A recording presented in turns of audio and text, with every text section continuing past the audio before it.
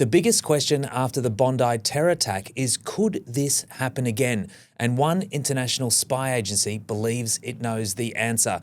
National Politics Editor Andrew Greene joins me on the line now. Andrew, Mossad has issued a warning. Mossad is world-renowned, infamous spy agency and Israel's national intelligence outfit. Today, we're learning from reports out of Israel that the head of that organisation has spoken about the recent events in Australia, and he says that there are no doubt other attacks being planned against Jewish people and Israeli interests.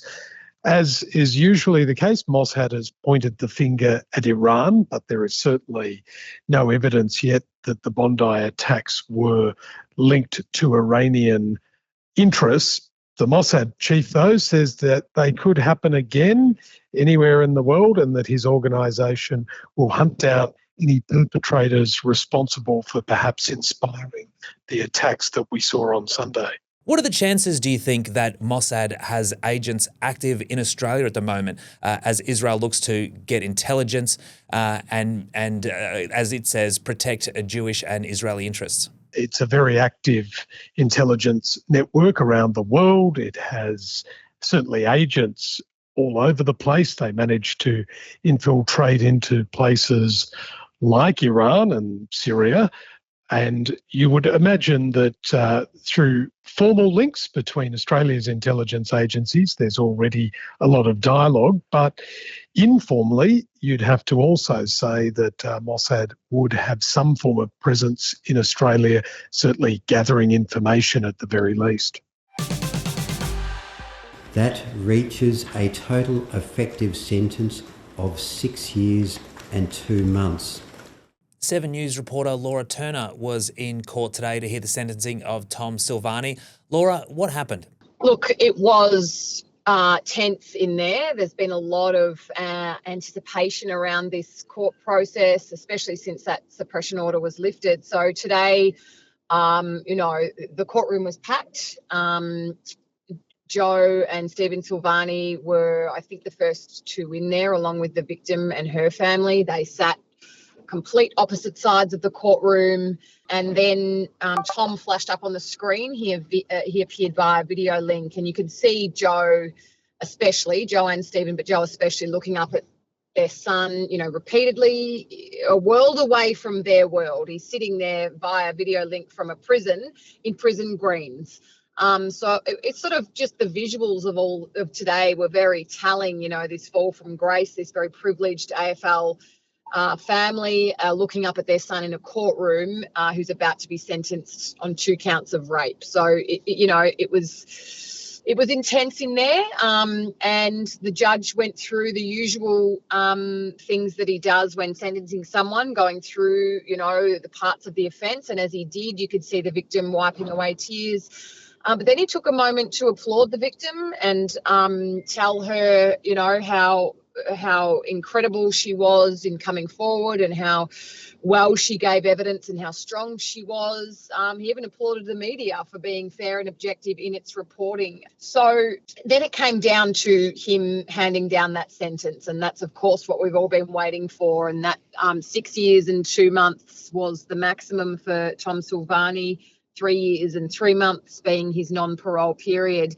It's probably in media circles regarded as a bit low. The standard for rape for that sort of mid-severity of offence is about 10 years. The maximum you can get is 25, but they sort of put 10 years as where you sort of apply the average to, but he got 6 years and 2 months. So probably a bit lower than people expected, but, he's a young man of no prior convictions, apparently good prospects of rehabilitation, although the judge did say, the fact that he continues to deny his crime and has no insight into it is a bit of an aggravating factor. So, it was a hard task for the judge to hand down a sentence in this unprecedented situation where you've got what's considered as royalty in Victoria, AFL players' children, and power and privilege. But, coming before the law. Yeah, indeed. And it's certainly very interesting that there's a perception that Tom Silvagni might have gotten off lightly here, the non-parole period of just 3 years.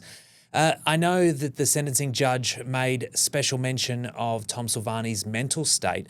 How do you think that factored in here?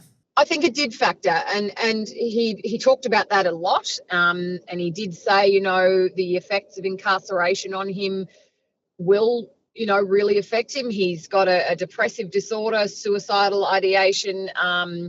So he's going to suffer more than someone who wouldn't. But he did always go back to the fact that he had to be punished, and the fact that he hadn't ever shown any remorse or admitted any guilt, despite a jury of 12 finding him guilty, really aggravated the considerations around sentencing. And we heard previously that his AFL Hall of Fame father, Stephen Silvagni, had said that he believed his son's innocence and he was going to stand behind him completely. So I'm wondering, have you heard anything today about the chances of an appeal from the Silvagni family? Well, they did say on that day, so that was after the plea hearing last week, that they would consider an appeal. Today, they left court very, very quickly. They did run out of the building. So we couldn't really put it to them again. We put it to his barrister. When will you lodge an appeal? Will you lodge an appeal? We got silence. So either they haven't made up their mind or they don't want to announce that yet. But it's still a possibility that they will appeal. Don't know how their chances are, though, given that he was found guilty by a jury.